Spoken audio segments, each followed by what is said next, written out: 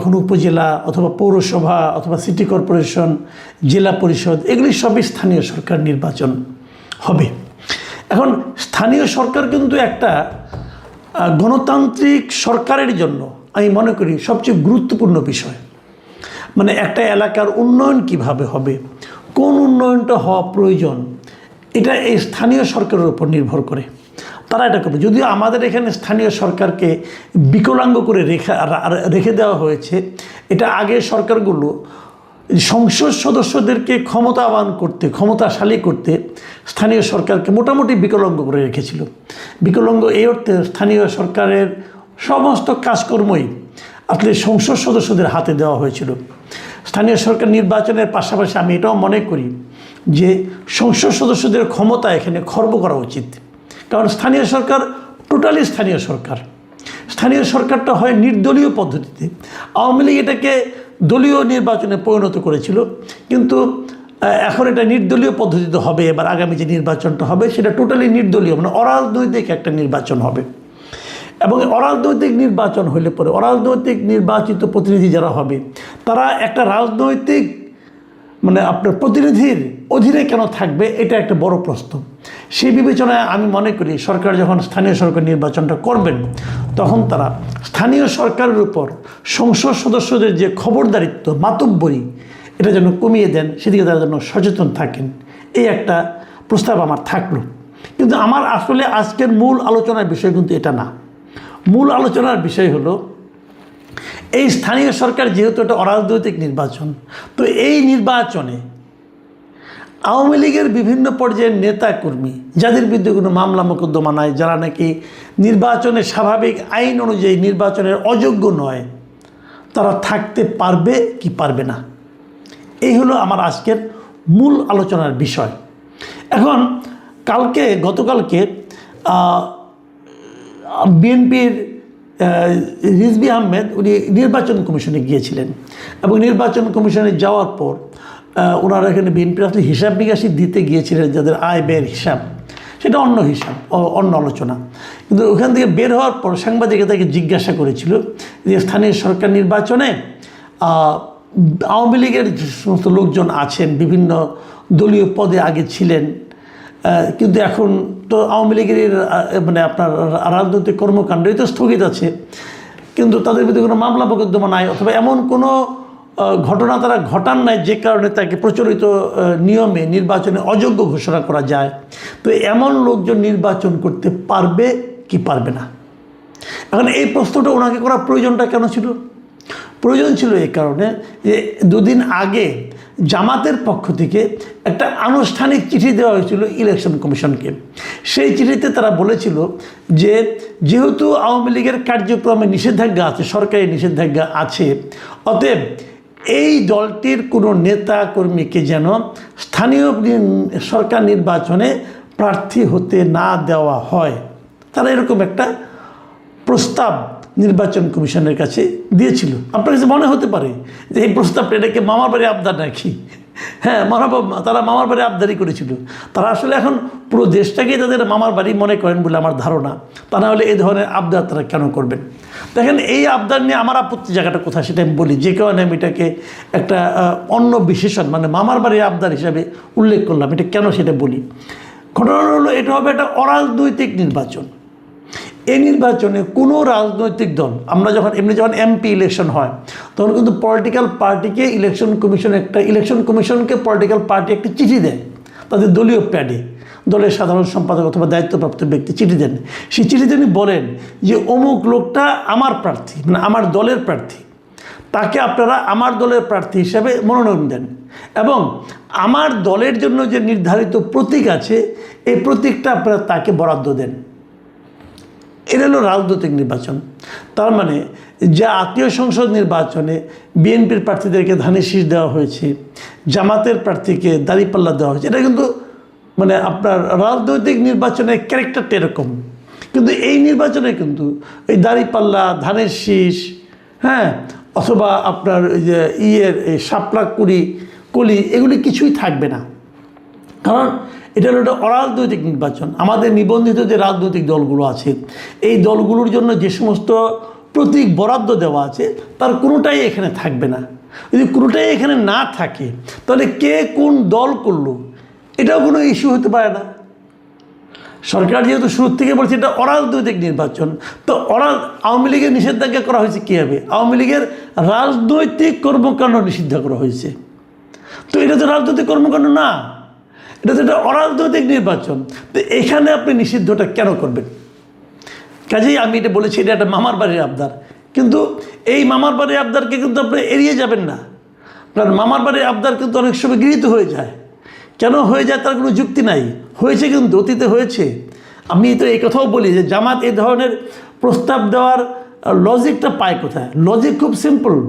এই যে আইনজীবীদের যে ইলেকশনগুলো হয়ে গেলো কয়েকদিন আগে, সুপ্রিম কোর্ট বার ইলেকশন হলো, সেখানে কিন্তু কিছু লোককে প্রায় 40 জন প্রার্থীকে বাতিল করে দেওয়া হয়েছিল। কেন বাতিল করে দেওয়া হয়েছিল? বলা হচ্ছিল যে এরা নাকি আওয়ামী রাজনীতির সঙ্গে সম্পৃক্ত। এটা কোন আইনে পড়লো এটা নিয়ে কেউ কোনো আলোচনা করে নাই, সরকারি দলও এটা নিয়ে কোনো কথাবার্তা বলে নাই, জামাত তো মহা খুশি, এনসিপিও কোনো কথাবার্তা বলে নাই। তো এটা যদি হতে পারে, এটা অরাজনৈতিক নির্বাচনে যদি আপনি আওয়ামী লীগ করে অথবা আওয়ামী লীগকে সমর্থন করে অথবা আওয়ামী লীগের সঙ্গে যোগাযোগ আছে, এই অজুহাতে যদি এইখানে আইনজীবীদেরকে বাতিল করে দেওয়া যায়, তাহলে ইউপিতে যাবে না কেন? স্থানীয় সরকারে যাবে না কেন? এই ধরনের একটা লজিকের উপর ভিত্তি করে আমার ধারণা জামাত এখানে এই ধরনের একটা প্রস্তাব নিয়ে গিয়েছে। এই প্রস্তাবের কথাই বিএনপি রিজভী আহমেদকে জিজ্ঞাসা করা হয়েছিল, সাংবাদিকরা জিজ্ঞাসা করেছিলেন যে তাহলে কি এই স্থানীয় সরকার নির্বাচনেও আওয়ামী লীগ অংশ নেবে না? রিজভী আহমেদ একটা চমৎকার কথা বলেছেন। তিনি বলেছেন যে এবারের এই স্থানীয় সরকার নির্বাচনটা দলীয় প্রতীকের ভিত্তিতে হচ্ছে না, সেক্ষেত্রে নির্বাচন কে করবে না করবে এটা আদালতের বিষয়, এটা নির্বাচন কমিশনের বিষয়। কি আইন আছে তা দেখে সে অনুযায়ী তারা নির্ধারণ করবেন। অন্য রাজনৈতিক দল কি বললো না বললো সেটা বিষয় নয়। মানে উনি একটু টেকনিক্যালি সরাসরি কোনো উত্তর দেননি, কিন্তু মূল বক্তব্যটা উনি দিয়েছেন যে এটা দলীয় প্রতীকে হচ্ছে না, কাজেই এটা দলের কোনো কিছু বলার নাই এখানে। এটা বলবে কে? ইলেকশন কমিশন বলবে এবং আদালত বলবে। এখানেও আমি একটা জিনিস অবশ্যই একটু আমার কাছে কনফিউজিং মনে হয়েছে, সেটা হলো আদালত কেন বলবে? এখানে আদালতের তো কোনো বিষয় নাই, বলবে হলো নির্বাচন কমিশন। যদি কেউ আদালতের কাছে যায় তখন আদালত বলতে পারে, এর আগ পর্যন্ত তো আদালতে বলার কিছু নাই এখানে। খুব ক্লিয়ার এবং সিম্পল। কিন্তু উনি তবুও একটু রেখেছেন, কারণ উনি হয়তো বুঝতে পারছেন না, নিজে হয়তো নিশ্চিত নয় কি চায় তার দল, এটা তারা হয়তো জানে না। কিন্তু আমাদের মনে আছে কদিন আগে প্রধানমন্ত্রীর আরেকজন উপদেষ্টা মিস্টার ডক্টর জাহিদুর রহমান, তিনিও কিন্তু এই ধরনেরই একটা কথা বলেছিলেন যে স্থানীয় সরকার নির্বাচন যেহেতু অরাজনৈতিক নির্বাচন, কাজে যদি কেউ রাজনৈতিক স্লোগান না দেন, প্রার্থী হতে যেয়ে যদি রাজনৈতিক প্রচারণা না চালান, তাহলে সে যদি আওয়ামী লীগেরও হয় কোনো সমস্যা নাই, সে নির্বাচন করতে পারবে। এই ধরনের একটা কথা উনি বলেছিলেন। সেক্ষেত্রে কিন্তু আমরা সরকারের মোটামুটি একটা ধারণা পেয়ে যাই যে সরকার আসলে কী চাচ্ছে। এখন আমার প্রশ্ন হচ্ছে, আপনি হয়তো বলবেন, আমি যে কথাটা আগেও বলেছিলাম যে জামাত কেন চায় না এবং বিএনপি কেন জামাতের সঙ্গে একমত হয় না, এই আলোচনাটা একটু করেই আমাদের আজকের অনুষ্ঠানটা শেষ করব। আলোচনাটা হলো এইখানে জামাত কি চায় আসলে। দেখুন, ভেবে দেখুন, জামাত এবার 69টা আসন কিন্তু পেয়েছে, আর ওদের সঙ্গে মিলিয়ে আরও 7টা, আরও 8টা। তো এই যে জামাতের 69টা আসন, জামাত তার জীবনে কোনোদিন এত আসন পেয়েছিল? পায়নি। জামাতের যে মূল দল, জামাত তো পাকিস্তান থেকে আসছে, পাকিস্তানের মূল দল ওদের, ওখানেও জামাতে ইসলাম পাকিস্তান আছে, পাকিস্তানের যে জামাতে ইসলাম তারা কখনো পেয়েছে না? তারাও পায়নি। তাহলে এবার তারা এত আসন পেল কি কারণে? তো জামাতের জনপ্রিয়তা বেড়েছে, হতে পারে, এটা নিয়ে আমার কোনো আপত্তি নাই। নাকি জামাত অন্য কারো ভোট পেয়েছে? ভোট পেলে তারা কার ভোট পেয়েছে? তারা কি আওয়ামী লীগের ভোট পেয়েছে? নাকি তারা প্রতিটা আসনে বিএনপির যে লোকটা বঞ্চিত ছিল, বিএনপির বঞ্চিত প্রার্থী অথবা বিদ্রোহী প্রার্থী হয়নি, প্রার্থী হতে চেয়েছিল কিন্তু প্রার্থী হতে পারেনি, উনি ক্ষুব্ধ হয়ে তাদের যারা অনুসারী আছে তারা কি জামাতকে ভোট দিয়েছে? এই জিনিসটা নিয়ে কিন্তু একটা বিতর্ক আছে। আমি পার্সোনালি মনে করি যে এটা আসলে বিএনপির ওই বিতর্কিত ভোটগুলি জামাতে গিয়েছে। আওয়ামী লীগের লোক জামাতকে ভোট দিবে, এটা আমার মনে হয় খুব স্বাভাবিক না। দুই একটা জায়গায় ব্যতিক্রম হতে পারে, দুই একটা জায়গায় হয়তো বা প্রার্থীর জনপ্রিয়তার কারণে, প্রার্থীর গ্রহণযোগ্যতার কারণে, হয়তো আঞ্চলিক রাজনীতির প্রভাব প্রতিপত্তির কারণে হয়তো কেউ কেউ আওয়ামী লীগের লোকজন জামাতকে ভোট দিতে পারে, কিন্তু নর্মালি দিয়েছে বলে আমি মনে করি না। কারণ আওয়ামী লীগের সঙ্গে জামাতের কিন্তু একদম মূল যে দ্বন্দ্বটা, সেটা হলো আদর্শিক দ্বন্দ্ব, যে কারণে মনে হয় না তারা দিয়েছে। কিন্তু জামাত তো ভোট পেয়েছে। এই যে বিদ্রোহীরা যে জামাতকে ভোটটা দিল, তারাও কিন্তু জানে যে তাহলে আওয়ামী লীগে যারা ভোট দিয়েছে, কিছু লোক দেয়নি, যারা দিয়েছে ভোট দিতে গিয়েছে তারা ম্যাক্সিমামই বিএনপিকে দিয়েছে।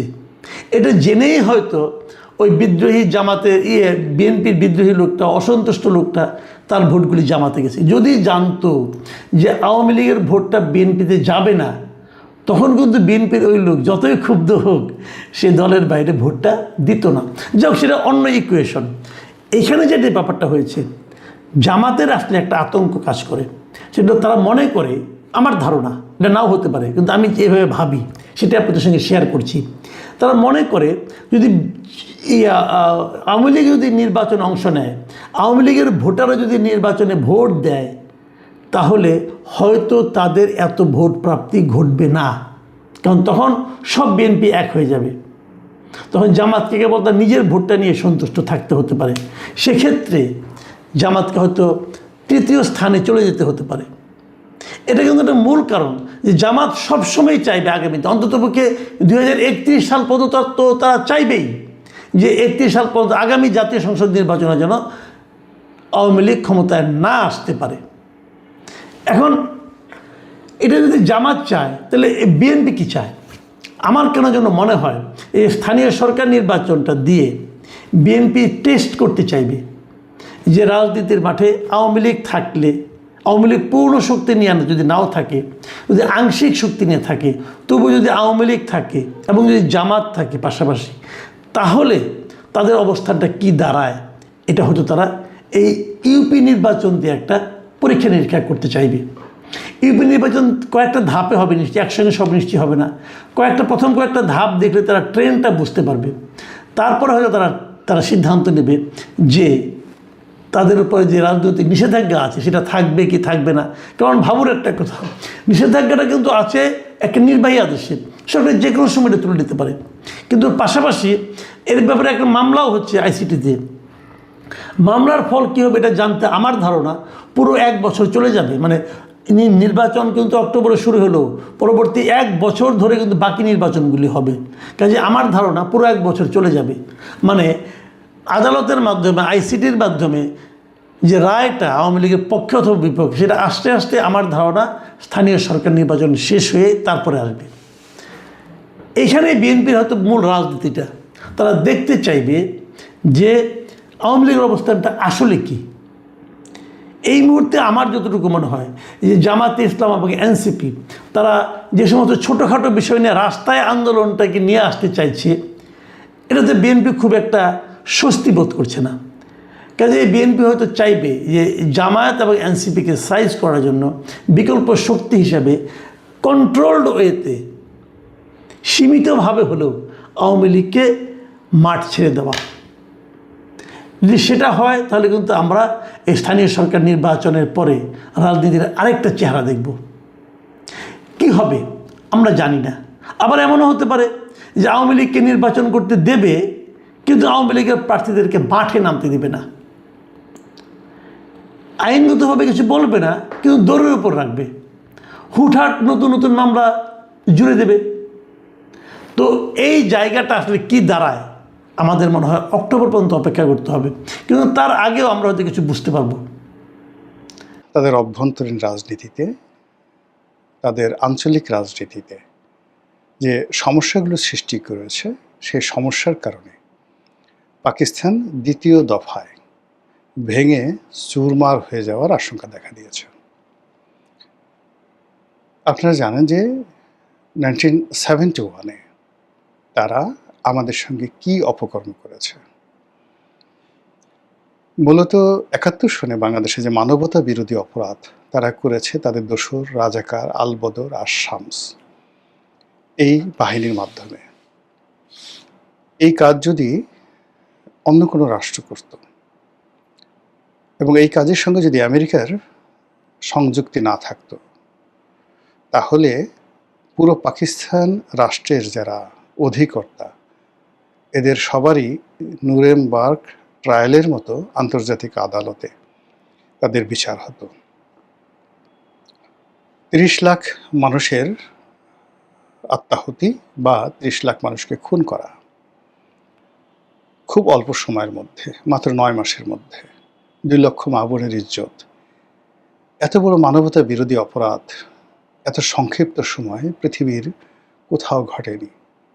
ভিয়েতনামে ঘটেনি, হিটলার এই ঘটনা ঘটাতে পারেনি। এমনকি আপনি যদি সেই প্রাচীন যুগের, আমরা যাদেরকে হালাকু খান বলি, চেঙ্গিস খান বলি, তারাও কোনো যুদ্ধে ৩০ লাখ মানুষকে মেরে ফেলেছে, এইরকম ঘটনা ঘটেনি। বলা হয়ে থাকে হালাকু খান বাগদাদে ১০ লাখ লোকে মেরেছিলেন, আর সারা জীবন বসে সেই চেঙ্গিস খান মেরেছিলেন ১ কোটির মতো মানুষ। হয়ারাস প্রায় ৩ কোটি মানুষ মেরেছিলেন বহু বছর ধরে স্ট্যালিন তার নিজের দেশে। মাও সেতুংও তার নিজের দেশে প্রায় ১ থেকে ১.৫ কোটি লোক মেরে ফেলেছিলেন। কিন্তু ছোট্ট একটা ভূমিতে মাত্র ৯ মাসে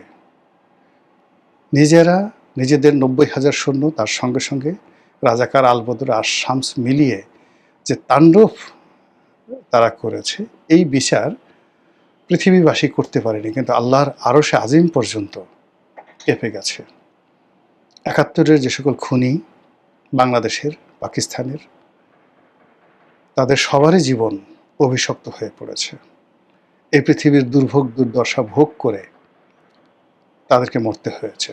তাদের সন্তান সন্ততিরা পাকিস্তান এবং বাংলাদেশে এখনো পর্যন্ত অভিশপ্ত। ভুট্টো নির্বংশ হয়ে গেছে।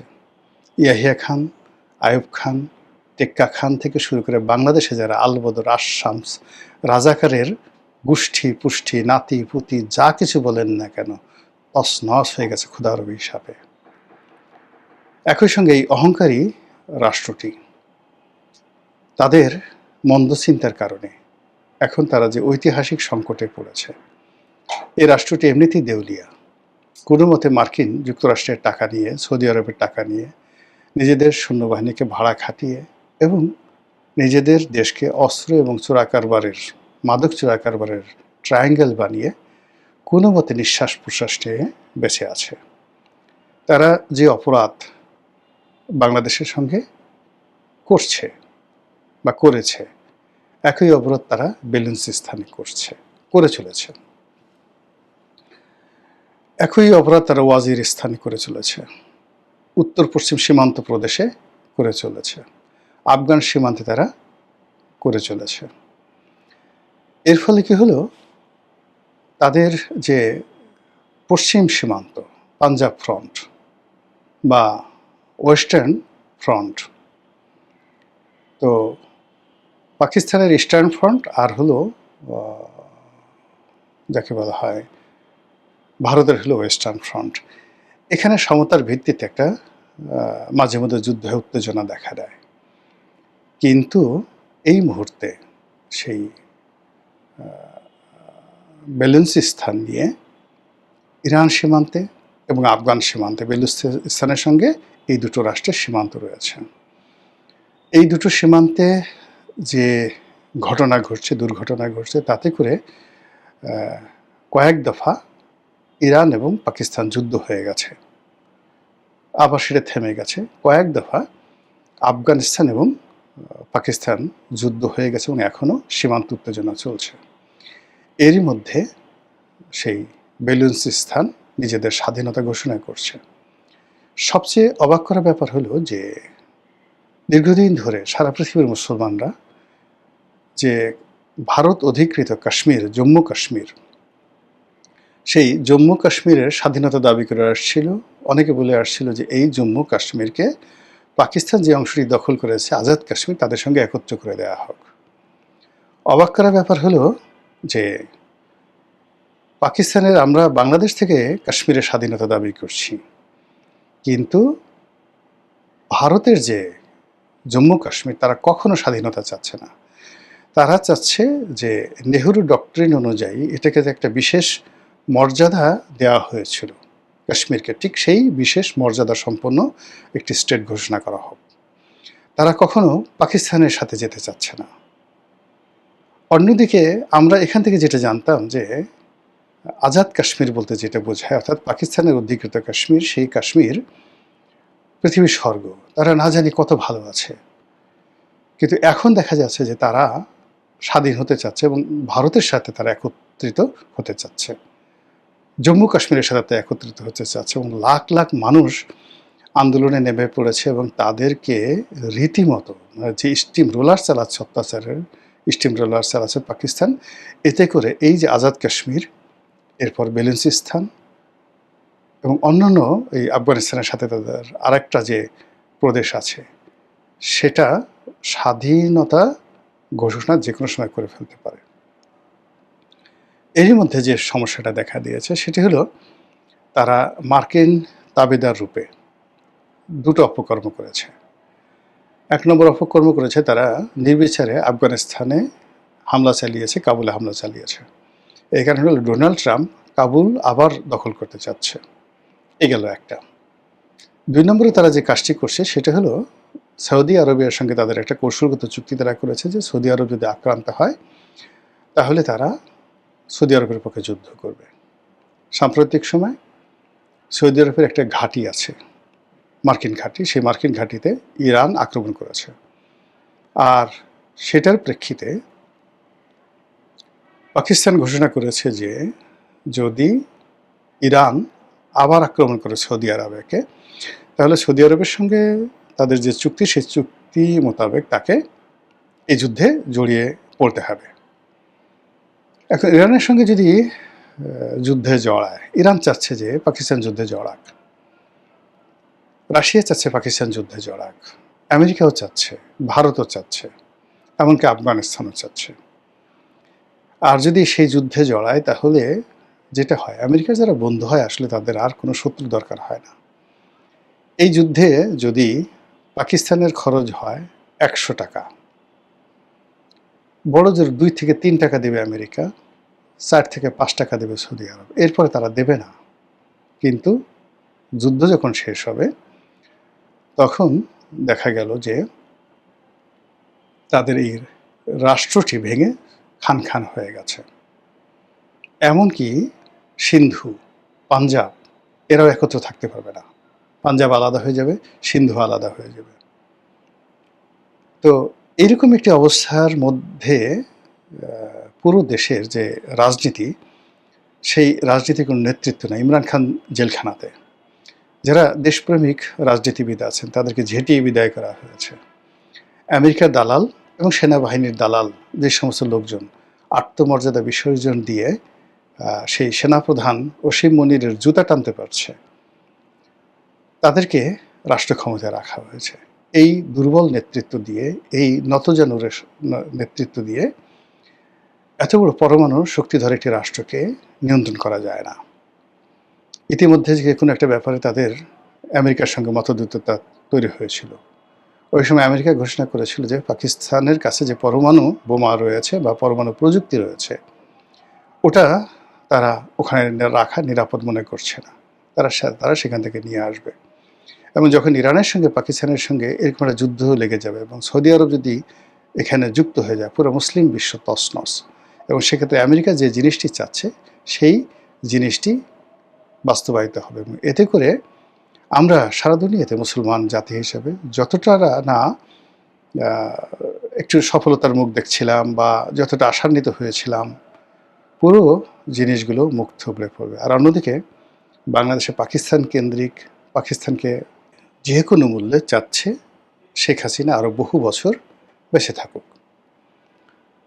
তার কোনো অপরাধ নেই, তার কোনো অন্যায় নেই, এবং তার হাতেই আল্লাহ রাব্বুল আলামিন সমস্ত বরকত দিয়ে রেখেছেন। এই 6 কোটি মানুষের জীবন জীবিকা থেকে শুরু করে আরও অনেক কিছু। তো এরকম একটা জায়গাতে আপনি চিন্তা করেন যে মানুষের যে তাদের যে কল্পনার শক্তি, তাদের যে ইচ্ছার শক্তি, সেটা যে কোনো সময় সুনামি আকারে এই রাজপথে ভেঙে পড়তে পারে। অন্যদিকে এই ৬ কোটির কাউন্টার আরও ৬ কোটি মানুষ। এই ৬ কোটি মানুষ শেখ হাসিনাকে একটা বিরাট অংশ ভয় পাচ্ছে, আর একটা বিরাট অংশ মাঝামাঝি যে না একেবারে খারাপ ছিল না, এই শুধুমাত্র এই জিনিসগুলো যদি বাদ দিত তাহলে তো বর্তমান যেভাবে চলছে তাদের চেয়ে ভালো চলতো। আরেকটি অংশ বলছে যে না, এই ভদ্র মহিলা কোনো অবস্থাতেই ভালো ছিলেন না, তার বেঁচে থাকার কোনো অধিকার নেই, এই বাংলাদেশের যত রকম অশান্তি সুনির্দশা তার কারণে হয়েছে, এবং আজকের যত কিছু দুর্ভোগ দুর্দশা সরকারের সব শেখ হাসিনার জন্য। কাজেই তাকে মারতে হবে, তাকে ফাঁসিতে চড়াতে হবে, এবং তাকে এই বাংলার মাটিতে এনে দৃষ্টান্তমূলক শাস্তি দেওয়ার মাধ্যমেই এই রাষ্ট্রের কল্যাণ নিহিত। এদের সংখ্যাও কিন্তু কয়েক কোটি। তো কাজেই যখন এরকম একটা অবস্থা চলে, সেখানে মাঝে মাঝে একটা জায়গায় যদি আপনাকে অবস্থান করতে হয় তাহলে ফ্যান্টাসি ছাড়া আর কোনো উপায় নেই। আপনি এখানে যদি ধরুন শেখ হাসিনার পক্ষে খুব বেশি কথা বলতে যান, তাহলে তারা যারা প্রতিপক্ষ তারা সঙ্গতির কারণে আপনাকে ফাঁসির আসামি বানিয়ে ফেলবে। আর আপনি যদি শেখ হাসিনাকে ফাঁসির আসামি বানিয়ে অন্য যে সকল কট্টরপন্থী এখন যারা নেতা রয়েছেন তাদের মতো কথাবার্তা বললেন, তাহলে আপনাকেও তারা হিট লিস্টে রেখে দেবে। এবং আমাদের দেশে আপনি যদি স্বাধীনতার ইতিহাস পড়েন, সেই চারু মজুমদার থেকে শুরু করে সেরার শিকদার থেকে শুরু করে জাসদের রাজনীতি, এমনকি আমাদের মহান মুক্তিযুদ্ধে যে গেরিলা বাহিনী ছিল তারা যে সকল দুর্ধর্ষ কর্মকাণ্ড করেছেন তাদের অনেকে নিজের মুখে স্বীকার করেছেন, অনেকে বই লিখেছেন। যেমন কাজী ফিরোজ রশিদ জাতীয় পার্টির মন্ত্রী ছিলেন, খুব নামকরা মুক্তিযোদ্ধা ছিলেন। তারপরে ঢাকার মেয়র সাদেক হোসেন খোকা, এরপরে মোফাজ্জল হোসেন চৌধুরী মায়াবী, বীর বিক্রম, তারপর বঙ্গবীর কাদের সিদ্দিকী সহ বহু সংখ্যক গেরিলা যোদ্ধা, বহু সংখ্যক, এক একের নাম বললে হয়তো 200-300 নাম তো বলা যাবেই, যারা সবাই এক একজনের জীবন্ত কিংবদন্তি। তারা তাদের 9 মাসের গেরিলা যুদ্ধে অপারেশনে তাদের প্রয়োজনে এহেন কর্ম নেই যে তারা করেনি, সব কাজ তারা করতে পেরেছেন। ইট মিনস, এর অর্থ যে যখন দেয়ালে পিঠ ঠেকে যায় মানুষের তখন তারা সব কিছু করতে পারে। এর অর্থ শেখ হাসিনার যারা ভক্ত অনুরাগী রয়েছেন, আওয়ামী লীগের যারা লোকজন রয়েছেন, তাদেরকে যদি আপনি ধাক্কা মারতে মারতে বঙ্গোপসাগরে ফেলে দেন, দেয়ালে পিঠ ঠেকিয়ে দেন, তাহলে তারাও ঠিক 71 সনে যে কাজগুলো করেছে, তারা 76-77 সনে যে কাজগুলো করেছে, 83-84 সনে যে কাজগুলো করেছে, ঠিক সেম কাজ, অথবা ধরুন 2004-5 সনে তারা যে কাজগুলো করেছে, ঠিক সেম কাজ তারা যদি আবার এই সময়টাতে শুরু করে, আমরা এই সমাজে কেউ বসবাস করতে পারবো না। এই জন্য হয় কি যে অনেকগুলো গুরুত্বপূর্ণ বিষয় রয়েছে, সেই গুরুত্বপূর্ণ বিষয়গুলো নিয়ে যতটা সম্ভব খোলামেলা হালকা আলাপ আলোচনা করলে অনেক সিরিয়াস বিষয় সেগুলো খুব স্বাভাবিক হয়ে যায়। এখন ধরুন শেখ হাসিনার আগমন নিয়ে আমরা সবাই, তার পক্ষের যারা লোকজন যারা আছেন তাদের কথা শুনে আমরা সবাই মানে কারণে অকারণে আতঙ্কিত হচ্ছি, আগ্রহ হচ্ছি। তিনি কি প্লেনে আসবেন, না পায়ে হেঁটে আসবেন, তিনি কি ত্রিপুরা দিয়ে আসবেন, আগরতলা ত্রিপুরা দিয়ে আসবেন, নাকি সেই আমাদের লালমনিরহাট, বাংলাবান্ধা, রংপুরের ওই সীমান্ত দিয়ে আসবেন, তিনি কি মুর্শিদাবাদ এই এলাকা হয়ে মুজিবনগর যে এলাকা আছে যেখানে বৈদ্যনাথ তলাতে স্বাধীন বাংলাদেশের মন্ত্রী পরিষদের প্রথম যে গার্ড অফ অনার হয়েছিল, মুজিবনগর সরকার গঠিত হয়েছিল, তো সেখানে সেই বৈদ্যনাথ তলায় কি তিনি আসবেন, নাকি সিলেটের যে জৈন্তা পাহাড়ের কাছে যে একটা সীমান্ত রয়েছে সেখানে আসবেন। তিনি কি মণিপুর হয়ে বাংলাদেশে ঢুকবেন, নাকি যশোরের বেনাপোল হয়ে ঢুকবেন, নাকি প্লেনে করে সরাসরি ঢাকা এয়ারপোর্ট আসতে পারেন, সিলেট চিন্তা করবেন যে বাংলাদেশে তিনি আসবেন? তো প্রতিবারই তো যেটা হয়, সিলেটে তিনি যে কোনো শুভ কাজ করার আগে হযরত শাহজালাল রহমতুল্লাহ আল্লাহের মাজার জিয়ারত করেন। কাজেই তিনি দিল্লি থেকে সরাসরি সিলেট এয়ারপোর্টে আসলেন এবং সেখান থেকে হযরত শাহজালাল রহমতুল্লাহের মাজার জিয়ারত করে বাই রোডে তার লোকজন সহকারে ঢাকা চলে আসলেন। আবার উল্টো হতে পারে, তিনি বললেন যে না, প্রতিবার তো হযরত শাহজালাল রহমতুল্লাহ আল্লাহের মাজার জিয়ারত করি, এবার হযরত শাহ আমানতের মাজার জিয়ারত করব, সেখান থেকে আসব এবং সেখান থেকে চিটাগং হয়ে বাই রোড এখানে আসবে। এর কারণ হলো চিটাগং সবসময়ই আওয়ামী লীগের জন্য একটা টার্নিং পয়েন্ট এবং আওয়ামী লীগের অনেক কিছুর অভ্যুদয় হয়েছে চিটাগং থেকে বা চট্টগ্রাম থেকে। কাজে সেই চট্টগ্রামের লালদিঘির ময়দান থেকেই তিনি সেই তার আগমন শুরু করবেন।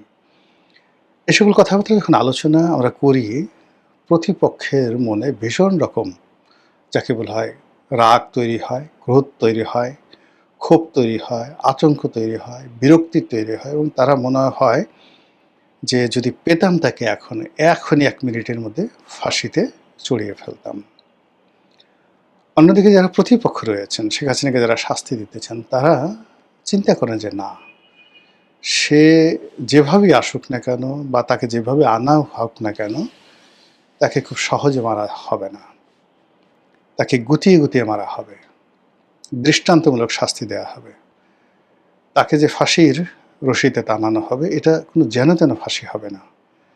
বিশেষ 3 রং, লাল, নীল, সবুজ, এই লাল, নীল, সবুজ 3টি বিশেষ যে রং, এই রঙের যে পৃথিবীর সবচেয়ে শক্ত যে দড়ি আছে, এই রঙের দড়ি বিদেশ থেকে ইম্পোর্ট করে আলাদাভাবে এই ফাঁসি রশি বানিয়ে আনা হবে এবং সেই যে ফাঁসির রশি, সেই ফাঁসির রশিতে টানিয়ে তাকে ওই একবারই মানে ওই রশিটি ব্যবহৃত হবে। আমাদের যারা জল্লাদখানা আছে, আমি জানি না, এখানে হয়তো প্রত্যেকটা জল্লাদখানায় যে ফাঁসির রশি, এগুলো নতুন থাকে না, এগুলো পুরনো থাকে।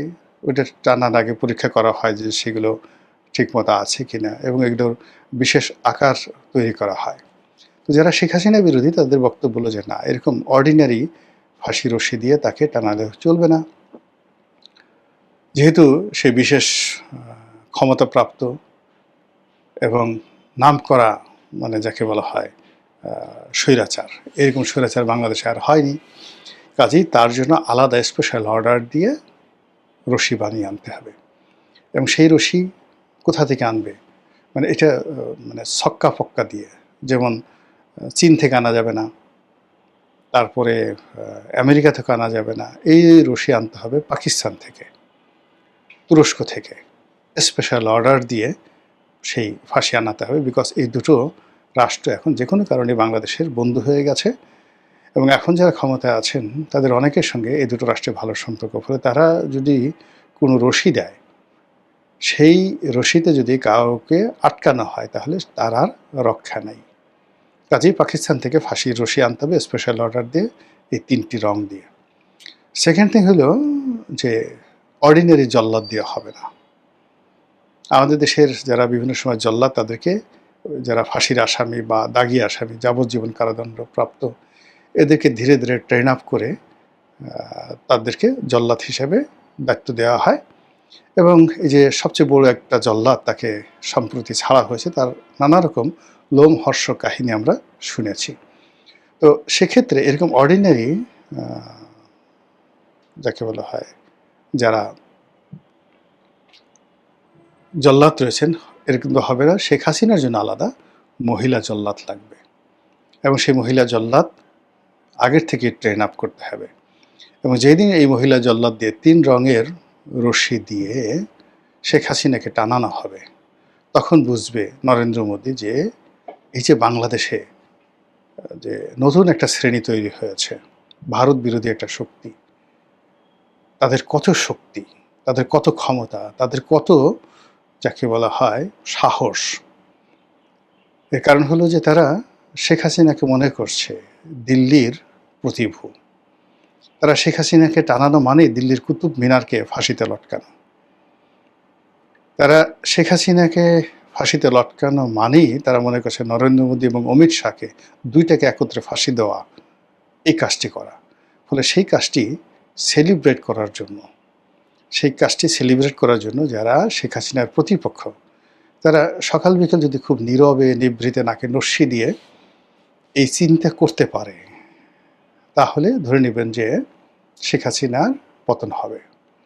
আর যদি এই ধরনের চিন্তা মাথায় আসা তো দূরের কথা, উল্টে ফেলে আপা আসবে, এই কথা শোনার সঙ্গে সঙ্গে কারো হাঁটু কাঁপুনি শুরু হয়ে যায়, কারো অন্তর্বাস ঘেমে যায়, কারো মাথার চুল, কারো অর্ধেক টাক পড়া আছে। দেখা গেল যে এই কথা স্মরণ হওয়ার সাথে সাথেই ওই ধরনের কোনো খবর শেখ হাসিনা আসতেছে, 10-12টা চুল পড়ে গেল। যাদের মাথায় একেবারে পুরো টাক, তাদের মুখের মধ্যে দেখা গেল যে চান্দির মধ্যে হঠাৎ করে একটা দাগ পড়ে গেল। তো এরকম যখন একটা অবস্থা হয়, তখন আপনি দেখবেন যে শেখ হাসিনার যারা পক্ষের যারা লোক আছেন তাদেরই বিজয় হবে। মূলত যে কোনো একটা ঘটনা ঘটে পাবলিক পারসেপশনের উপরে, পাবলিক ঘটনাটিকে কিভাবে নেয়, কিভাবে বিশ্বাস করে, এবং সেই বিশ্বাস অনুযায়ী তার মনোবল কোন পর্যায়ে আছে। যদি শেখ হাসিনার ফাঁসির দাবিদার যারা লোকজন রয়েছেন তাদের চিন্তা চেতনা কর্ম ঐক্যবদ্ধ থাকে এবং তারা সুদৃঢ় হয়, সেক্ষেত্রে শেখ হাসিনা যত শক্তিশালী রাষ্ট্রের আশ্রয় থাকুন না কেন, এই পৃথিবী তার জন্য নিরাপদ নয়। আবার অন্যদিকে শেখ হাসিনার যারা কর্মী সমর্থক রয়েছেন, তারা যদি তাদের নেত্রীর দেশে ফিরে আসার ব্যাপারে সুদৃঢ় থাকেন, আর শেখ হাসিনার দেশে ফিরে আসার খবরে যদি কারো পিলে চমকে যায়, তারপর তাকে জেলে নেন, ফাঁসি দেন, সেটা অন্য ব্যাপার। কিন্তু এই আশায় তো আমি কোনো বাধা দেখি না। তবে আমি দীর্ঘদিন ভারতে চাকরি করেছি, আমি একটি কথা বলতে চাই, যেটি কথা কেউ বলেনি, আমার মনে হয় এরকম কথা। ভারত সরকার যদি চায়ও যে তাকে ফেরত পাঠানো হবে ওনার অনিচ্ছার বিরুদ্ধে, যদি উনি নিজের ইচ্ছেতে আসতে চান, উনি তো বলেছেন যে আমার এই ফেরার সিদ্ধান্ত আমার একান্ত নিজস্ব। ভারত সরকার যদি ওনাকে পাঠাতে চায়, ভারতের জনগণ, পলিটিক্যাল পার্টি এটা নাও হতে দিতে পারে। তারা ভারত সরকারের সিদ্ধান্তের বিরুদ্ধে হাইকোর্টে গিয়ে অ্যাপিল করতে পারে। আসসালামু আলাইকুম দর্শক, আমি আতিক রহমান পূর্ণিয়া, আপনাদের স্বাগত জানাচ্ছি Purnia view YouTube channel, Facebook পেজে আমাদের নিয়মিত সমসাময়িক বিষয় নিয়ে আলাপচারিতার অনুষ্ঠান খোঁজ খবরে। আমি আজকের অনুষ্ঠানে আপনারা দেখতে পাচ্ছেন পর্দায় আমাদের একজন সম্মানিত নতুন আলোচক, যিনি প্রথমবারের মতো আমাদের সঙ্গে আলোচনায় যোগ দিয়েছেন। দেশ বরেণ্য মানুষ, দেশের আমাদের পররাষ্ট্র মন্ত্রণালয়ের একজন নামকরা কূটনীতিক, যিনি দিল্লিতে এবং জেনেভায় এবং কানাডা, যদি ভুল না করে থাকি, খুব গুরুত্বপূর্ণ আমাদের পররাষ্ট্র মন্ত্রণালয়ের দায়িত্বে ছিলেন। এর বাইরেও বাংলাদেশের বিনিয়োগ নিয়ে তার বিস্তর দায়িত্ব পালন করেছেন। তিনি বেসরকারি খাতেও কাজ করেছেন। সাবেক রাষ্ট্রদূত ডক্টর খলিলুর রহমান। ডক্টর খলিলুর রহমান, আপনাকে আমাদের দর্শকদের পক্ষ থেকে সালাম এবং শুভেচ্ছা জানিয়ে আজকের অনুষ্ঠান শুরু করছি। বিশেষ করে ভাই, thank you for connecting me. Thank you. বিশেষ করে দিল্লিতে যেহেতু তিনি দীর্ঘ সময় কাজ করেছেন, আমাদের সমসাময়িক বিষয়ের মধ্যে প্রথমেই আমাদেরকে একটু আলোচনায় আনতে হয় ভারত বাংলাদেশ রিলেশন এবং সেখানে শেখ হাসিনা ইস্যু, খুব গুরুত্বপূর্ণ একটি ইস্যু। এটা ডক্টর মোহাম্মদ ইউনূস সরকারের সময়ে একদম তলানিতে পৌঁছেছিল এবং শেখ হাসিনা ইস্যুতে জিনিসটা আরো বেশি জটিল হয়েছিল। এখনো বর্তমান সরকারের সময়ে এসেও পুরোপুরি ভারতের সাথে বাংলাদেশের সম্পর্ক 100% স্বাভাবিক হয়ে গেছে, সেটা হয়তো বলে আমরা এখনো বলতে পারছি না। তবে চেষ্টা চলছে, দেশের পক্ষ থেকে চেষ্টা চলছে। ভারতের ভিসা উন্মুক্ত হয়েছে। বাংলাদেশের প্রধানমন্ত্রীর পক্ষে একজন বিশেষ দূত তিনি গিয়ে ভারতের নিরাপত্তা উপদেষ্টা অজিত দোভালের সঙ্গে মিটিং করে এসেছেন।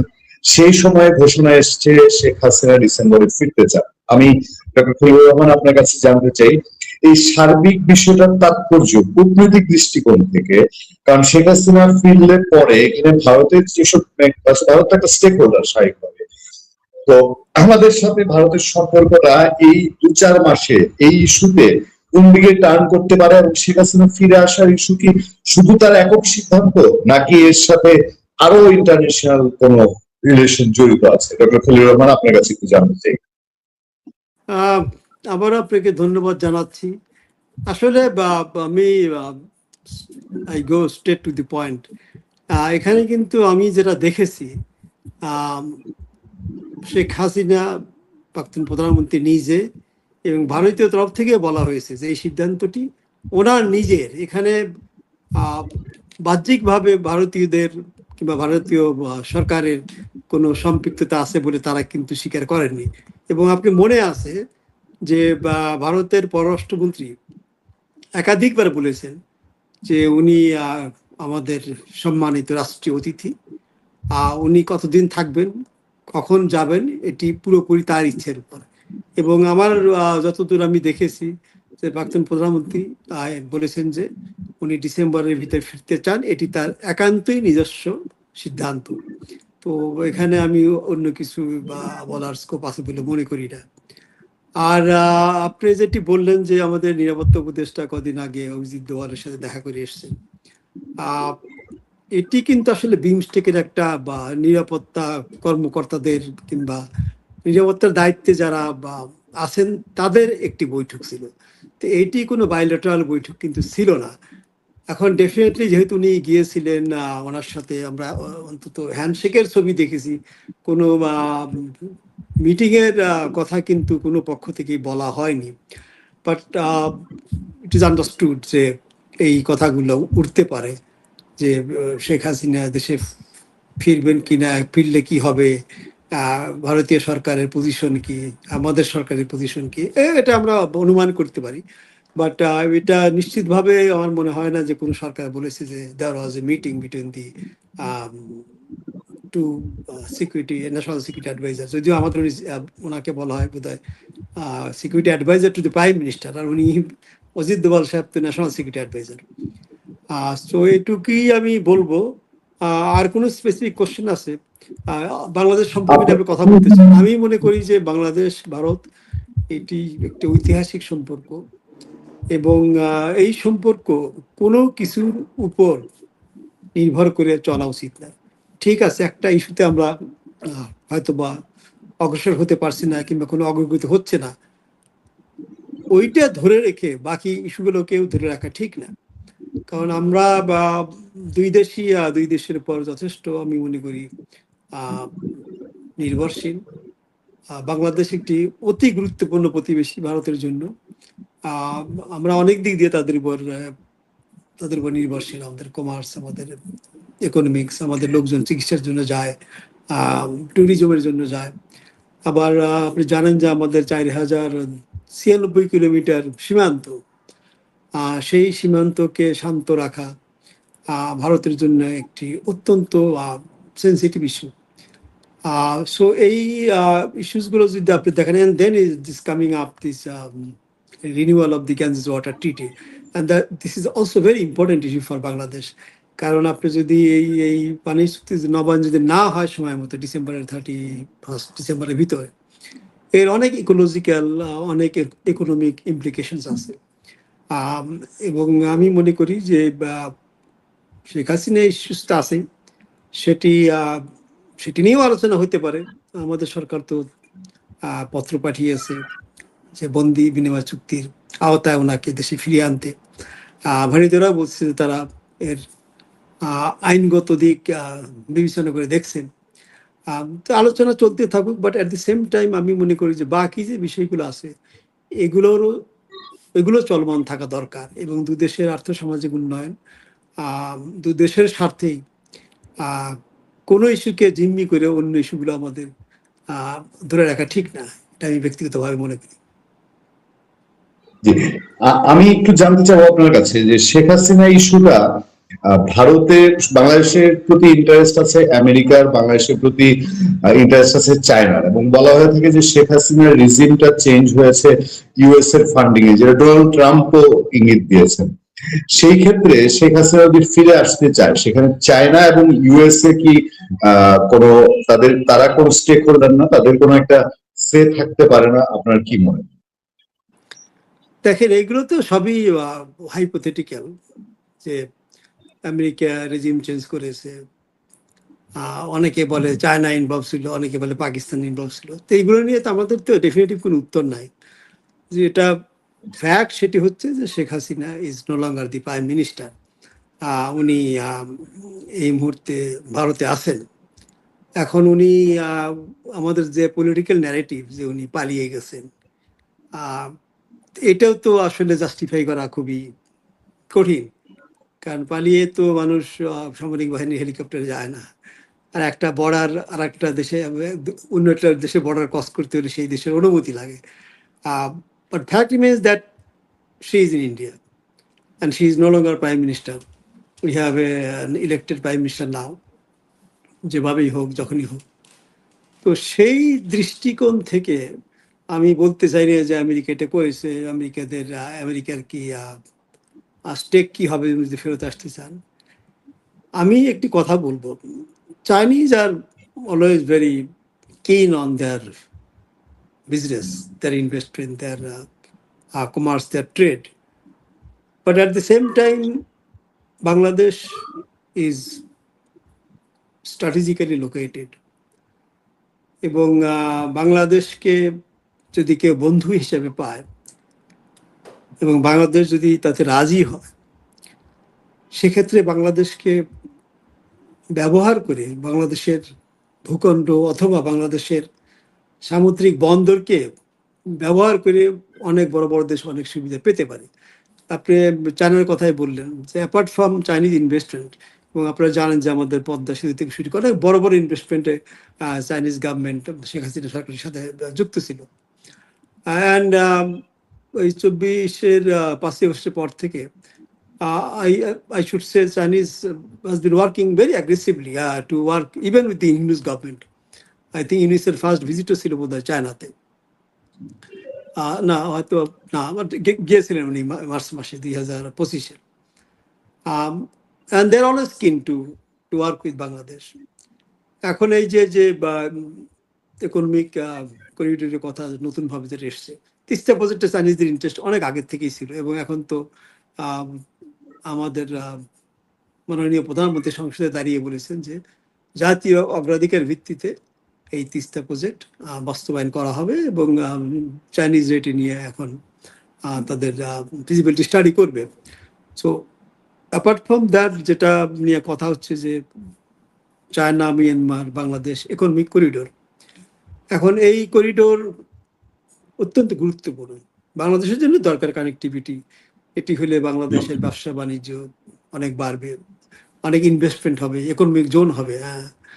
বাট আমি, সবাই জানে এটা, আপনিও শুনেছেন, চাইনিজদের জন্য এটি বিশেষ গুরুত্বপূর্ণ। কারণ আপনি জানেন যে 80% চাইনিজ ট্রেড এখন ট্রানজেক্ট থ্রু মালাক্কা স্ট্রেট, যেটার হলো ওয়ার্ড হলো 1.4 আর 1.5 কিলোমিটার, এবং এক পাশে আছে আমেরিকান 7th ফ্লিট, আর এক পাশে হলো ভারতের আন্দামান দ্বীপপুঞ্জের ওখানে একদম ওদের সমন্বিত ঘাঁটি আছে আর কি, যে ওখান থেকে যে কেউ ইন্ডিয়া চাইলে মালাক্কা স্ট্রিটের ওখানে ব্লক করতে পারে। তো Chinese need an alternative entry to the বে অফ বেঙ্গল। তারা পাকিস্তানের বালুচিস্তানে, আপনি বালুচিস্তান নিয়ে কি কথা বলেন, একটা Gwadar port already they have entry to Arabian sea. এখন যদি বাংলাদেশের মাধ্যমে যদি তারা আরেকটি এন্ট্রি পায়, so in the crisis time that will be very useful for their commercial business survival. So এটা তো তারা চাবে। এখন এখানেই আসছে যে যেহেতু আমেরিকা, ভারত চাইলেই যদি কোনো সাউথ চায়না সিতে কিংবা তাইওয়ানে যদি কোনো গন্ডগোল হয়, আমেরিকা এবং তাদের মিত্র দেশগুলো চাইলেই কিন্তু মালাক্কা স্ট্রিট কিন্তু তারা বন্ধ করে দিতে পারে, হরমুজ প্রণালীর মতো। তো এখন যদি চাইনিজরা যদি আরেকটি পোর্ট যদি বাংলাদেশে পেয়ে যায়, যদিও তাদের বঙ্গোপসাগরে অ্যাক্সেস আছে, ওই চকপি নামে, এটা উচ্চারণ চকপি হয়, মানমারে, ওখান থেকে তারা বঙ্গোপসাগরে যেতে পারে, but an additional port in Bangladesh will give them huge advantage. তো এটি তো আসলে আমেরিকানরা চাবে না। ইন্ডিয়ার কতটা চাবে সেটা একটা বিষয়, বাট আমেরিকানরা তো ডেফিনেটলি চাবে না। তো সেই কনটেক্সটে আমি মনে করি যে যে আপনার প্রশ্নটা ছিল যে শেখ হাসিনা যদি ফেরত আসে তাদের কি ভূমিকা থাকবে। America is a country, they only look at their own interest. Whoever serves their own purpose, they will support him or her. এই জন্য বা ডিপ্লোমেসিতে অনেক কিছু হয়, যতটা সামনে হয় পর্দার অন্তরালে তার চেয়ে বেশি হয়। এখন আপনি তো ইউনূস সাহেবের যে অনির্বাচিত সরকার, যে 9 তারিখে বোধ হয় 9 ফেব্রুয়ারি যে চুক্তিটা করে গেছে, সেই চুক্তিটা এখন বাংলাদেশ সরকারের ঘাড়ে এসছে।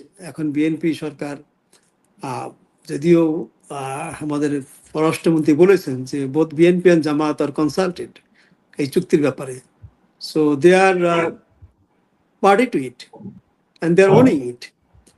এখন আপনি যদি মনে করেন যে এরকম একটি চুক্তি যদি সবাই যদি অ্যাকসেপ্ট করে, তো আমেরিকার কোনো প্রবলেম নাই। আমেরিকা ডেফিনেটলি চায় যে জনগণ যাদের পক্ষে বেশি আছে তারাও সেদিকে চায়, provided that leader serve there purpose also. কারণ একজন আনপপুলার গভর্নমেন্টকে, আনপপুলার লিডারকে সাপোর্ট দিয়ে আপনি বেশি দিন টিকে রাখতে পারবেন না। তারা চায় যে এমন একটি সরকার যাদের জনসমর্থন আছে, at the same time that government will also serve there own purpose, I mean American purpose, and they are fine with that. They don't care about any martial law government, any autocratic government, any undemocratic government. What they care is their own interest. জি, আমি আরেকটা ভিন্ন প্রসঙ্গে যেতে চাই। আমি প্রসঙ্গটা আমাদেরও অনেকেরই আগ্রহ আছে দেশে। ইতিমধ্যে শোনা গেছে যে পাকিস্তানের বেলুচিস্তান স্বাধীনতা ঘোষণা করেছে। বাংলাদেশে একটা, বাংলাদেশ থেকে আমরা যদি নিরপেক্ষ জায়গা থেকে দেখি, আমরা এখন স্বাধীন দেশের ভাঙচুরের বিদ্রোহের দিকে আমাদের সাপোর্ট থাকার কথা না, কিন্তু বাংলাদেশের দুইটা অবস্থান আছে। এক পক্ষ চায় পাকিস্তান ভেঙে যাক, আরেক পক্ষ চায় ভারত ভেঙে যাক। এবার বেলুচিস্তানের স্বাধীনতার ঘোষণাটা এই অঞ্চলের ভূরাজনৈতিক পরিস্থিতিতে কোনো এফেক্ট ফেলবে কিনা, আপনি কি সেরকম মনে করেন কিনা? আপনি প্রথমে যেটি বললেন, that is exactly the case. Bangladesh Panchsheel নীতিতে বিশ্বাসী, শান্তিপূর্ণ সহাবস্থান, অন্যের আভ্যন্তরীণ ব্যাপারে হস্তক্ষেপ না করা, এবং পারস্পরিক সহযোগিতার ভিত্তিতে উন্নয়ন। তো সেই প্রেক্ষাপটে definitely Balochistan is part of Pakistan. এবং আমরা আমি প্রথম পলিসিটাই বলিনি যে যেটা territorial integrity, সভরেনিটি, respect for territorial integrity and সভরেনিটি। So Bangladesh definitely has that, believes that this is Pakistan's issue, and Bangladesh believes in territorial integrity of any country and sovereignty of any country. So সেই কনটেক্সটে আমি মনে করি যে the issue should be resolved by Pakistan domestically.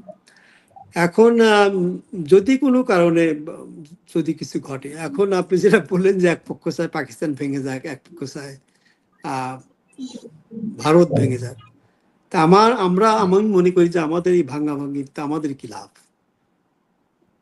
আমাদের দরকার আমাদের দেশকে কিভাবে আমরা সংরক্ষিত রাখতে পারি, কিভাবে সবার সাথে পারস্পরিক সহযোগিতার ভিত্তিতে আমরা আমাদের দেশের সামাজিক অর্থনৈতিক উন্নয়ন করতে পারি। এটি নিয়ে আমাদের মাথার কোনো কারণ থাকা উচিত না। তবে যদি কোনো কিছু হয় এরকম, definitely it will have huge geopolitical, I think, something of huge geopolitical importance. এখন আপনি যদি চায়না পাকিস্তান ইকোনমিক করিডোরের কথা যদি ধরেন, সেই করিডোরটা কিন্তু এই বালুচিস্তানের ভিতর দিয়ে পোর্টে আসছে না। Governor port is in Balochistan. China has huge interest. এখন চায়না কি চাইবে যে এরকম একটা অস্থিতিশীল পরিস্থিতি হোক? সেকেন্ডলি, আমেরিকার সাথে পাকিস্তানের যে ট্রেড এগ্রিমেন্ট হয়েছে, যেটা আমরা শুনেছি যে American will have access or will have collaboration, cooperation in exploring the minerals, rare earth minerals and other resources in Balochistan, because this is a country 44% of area size of total Pakistan, huge province, and they have huge resources. So America, China, they have huge interest. এখন you never know, many countries, they also try to also negotiate behind this garden with even the rivers. What happened in Rakhine, the Arakan army, who funded them? So এটা ভাবা আসলেই আমরা বাহ্যিকভাবে বলতে পারি যে both Pakistan, sorry, China and USA, they definitely want Balochistan should be stable and they can extract the benefits they like to have from it. In terms of India, I think that is a huge benefit for India if there is something wrong goes in Balochistan. Can you imagine 44% of Pakistani land will be separated? And that will be of huge interest. I don't think that we have any kind of interest, and we should show any kind of interest in the issue of Balochistan. Doctor Khalilur Rahman, আমরা আরেকটা প্রসঙ্গ দিয়ে আজকে সংক্ষিপ্ত আলোচনা শেষ করব। সেটা হচ্ছে, আমরা জানি যে আপনি আমাদের ইনভেস্টমেন্ট সেক্টর নিয়ে আপনার যথেষ্ট জ্ঞান এবং অবদান আছে। আমি একটা জিনিস আপনাকে নজর দিতে চাই, ডক্টর ইউনূস সরকারের সময় বাংলাদেশে খুব ঢাকঢোল পিটানো হয়েছে যে বাংলাদেশে ইনভেস্টমেন্টের বন্যা বয়ে যাবে। তারা ইনভেস্টমেন্ট ফেয়ার করেছে, এরপর কি হয়েছে আপনি আমরা সবাই জানি। পৃথিবীর সমস্ত দেশ আমাদের কাছে আসবে, আমরা কারোর কাছে যাব না। শেষ পর্যন্ত কে কোথায় আসলো আর কোথায় গেল। আর এখন এসে আবার ইনভেস্টমেন্ট ল হচ্ছে। ইন টোটাল আমাদের ইনভেস্টমেন্ট সিচুয়েশনটা এখন কি, আমরা যে একটা গ্রাফ করি সেটা তাহলে কোন দিকে যাচ্ছে?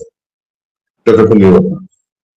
হ্যাঁ, থ্যাংক ইউ। হ্যাঁ, আমি আসলে আমি যখন জাতিসংঘতে পরিচালক পদে ছিলাম, সেখান থেকে যখন ফেরত আসি 2018 সালে, তখন একটি নতুন ডেস্ক সৃষ্টি করা হয় পররাষ্ট্র মন্ত্রণালয়ে। এটার নাম ছিল ট্রেড, ইনভেস্টমেন্ট অ্যান্ড টেকনোলজি, এবং আমাকে এটার দায়িত্ব দেওয়া হয় কারণ আমি একসময় যখন জেনেভাতে পোস্টেড ছিলাম তখন আমি আংটাড, WTO এইগুলো দেখতাম। যাই হোক, তো এই দায়িত্বে থাকাকালীন সময় আমি তখন অতিরিক্ত পররাষ্ট্র সচিব ছিলাম 2018-তে। I had to work very closely with BIDA, BESA, PPP and One Stop Service, এই চারটি অর্গানাইজেশনের সাথে। There are problems. There are problem of coordination among these four bodies. তারপর আমি কানাডাতে গিয়েও এদের সাথে আমার যোগাযোগ ছিল, যখন আমি কানাডিয়ান ইনভেস্টরদের এখানে আনতে চাচ্ছিলাম, এদের সাথে কথা বলতে হতো। So I had some idea about the functioning of these four bodies and how they work. Yunus সাহেবের কথা তো আপনিই বললেন, উনি তো কত কথাই বলেছেন। তারপর দেশকে টুকরো টুকরো করে দিয়ে উনি চলে গেছেন। I think the progress we made over the last 54 years or 53 years, his 18-month rule has demolished everything. Not only this social economic progress. আজকে আমাদের সমাজ মানে বহুদা ভাগে বিভক্ত, আমরা একজন আরেকজনের পিছনে লেগে আছি। এই যে তার যে মবক্রেটিক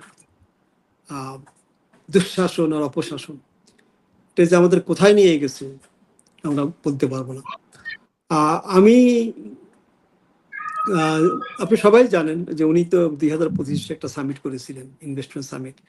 সেখানে 100 থেকে 150 ডেলিগেট এসেছিল বাইরের থেকে, অনেক ঢাকঢোল পিটিয়ে প্রচুর টাকা খরচ কেটে করা হলো।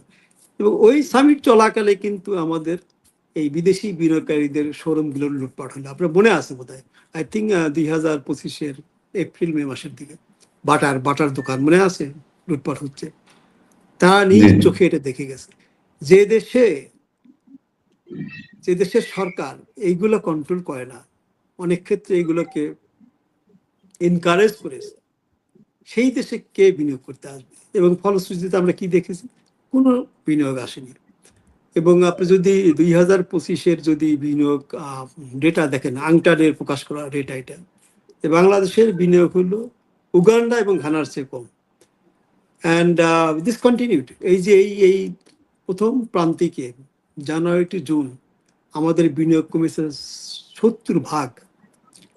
সো এসবের পরিপ্রেক্ষিতে এবং যখন আমাদের বর্তমান সরকার ক্ষমতা আসে, তারা এই ব্যবসা বাণিজ্যকে চাঙ্গা করা হচ্ছে। এবং আপনি জানেন যে লাখ লাখ লোক চাকরি হারিয়েছে, হাজার হাজার ফ্যাক্টরি বন্ধ হয়ে গেছে।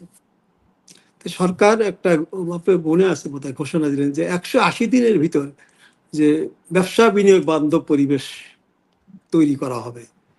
এবং সেই পরিকল্পনার অংশ হিসাবে এই যে 4টে বডির কথা বললাম, বেডা, বেজা, পিপিপি, পাবলিক প্রাইভেট পার্টনারশিপ এবং ওয়ান স্টপ সার্ভিস, এই 4টিকে একত্রিত করে গত সপ্তাহে একটি বিল সংসদে পাশ হয়েছে, ইনভেস্ট বাংলাদেশ 2026। এখন এই 4টি সংস্থার কাজ একটি সংস্থা করবে। যত ধরনের বিনিয়োগ সংক্রান্ত ইস্যুজ আছে সবগুলো এক ছাদের নিচে ডিল করা হবে। আমি মনে করি this is a good step. এটা নিয়ে আমি একটা ছোট একটা পডকাস্টের মধ্যে একটা পোস্ট করেছিলাম।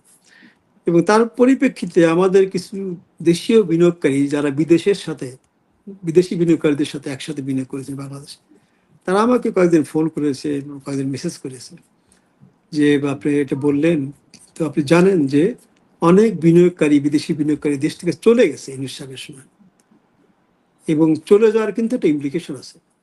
তখন চলে যাবে, নতুন কোনো বিনিয়োগ কিন্তু সহজে আসবে না।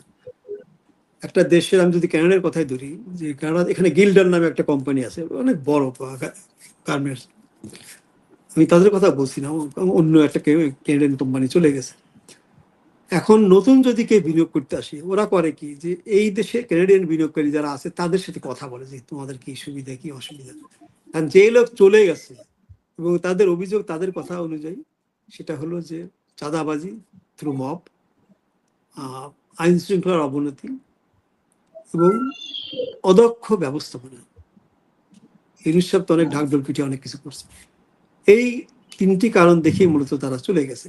এখন তারা যখন এদের সাথে কথা বলবে, তারা তো একই কথা বলবে, it is not easy to bring new investors. তবে আমি মনে করি এই চেঞ্জটি ইতিবাচক, ব্যক্তিগতভাবে আমি মনে করি। তবে এর জন্য দরকার একটি দক্ষ, অভিজ্ঞ ব্যবস্থাপনা এবং ব্যবস্থাপক, আইন শৃঙ্খলার উন্নয়ন এবং রাজনৈতিক স্থিতিশীলতা। এইটা না হলে আপনি নতুন বডি বানান, নতুন আইন বানান, যাই করেন, it is not easy to bring new investment. এবং আমি আরেকটি কথা এই কন্টেক্সটে বলবো, যদি আপনি রাজনৈতিক স্থিতিশীলতা আনতে চান, আপনার ফার্স্ট অ্যান্ড ফরমোস্ট কন্ডিশন হলো আপনার ইনক্লুসিভ পলিটিক্স, অন্তর্ভুক্তিমূলক সমাজ এবং অন্তর্ভুক্তিমূলক রাজনীতি। এটা যদি আপনি ইস্যু না করেন, কখনোই এদেশে রাজনৈতিক স্থিতিশীলতা আপনি আনতে পারবেন না এবং বিনিয়োগও আসবে না। আমরা মুখে যত বড় বড় কথাই বলি, this is the practical scenario. I stop here. যদি আপনি রিলেটেড আর কোনো কোশ্চেন থাকে।